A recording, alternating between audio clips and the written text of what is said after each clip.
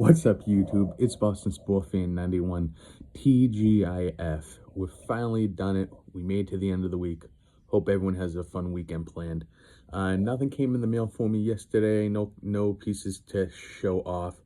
So again, just do a couple of comic reviews and opinions real quick. So there may be spoilers, so I'm not going to jump into them each right away. I'll give you a second or two to stop listening if you haven't read it. The most recent Batman. The story of the Bruces, I suppose. So now if you've been keeping up with this, you know that in the last issue, Zur, they finally put him to bed, that arc, more or less. But what we still had remaining was the Bruce that had been created, that had been introduced as Robin, that Bruce, if you remember. I'm going to try to find the quick panel just so you can see what I'm talking about right here. And that's ends up he ends up dying at the end of the issue and pretty much puts that to bed. He was aging, rapidly. I'm kind of glad we put all this to rest and we're ready to move on.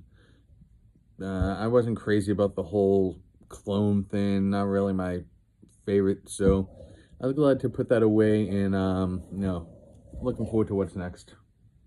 I would say right now this going is like a 6 out of 10 as of now. Next up, and again, potential spoilers, we have Green Arrow 13.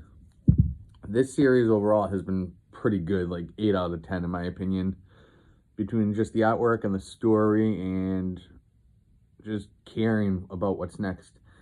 So curious as to why, in spoilers coming up, why Oliver seems to be working with Amanda Waller by choice, not because he's being forced, not because she has anything on him, but he wants to, it appears.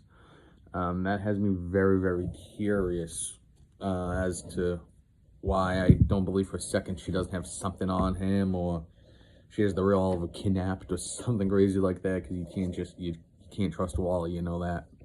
And tying into the latest Green Arrow is the latest Flash issue, number 10. And again, spoilers. We left off with Batman arriving in his robot. Turns out that it's not Bruce Batman at all. It's in fact Oliver in it, working on behalf of Waller. We're not quite sure why.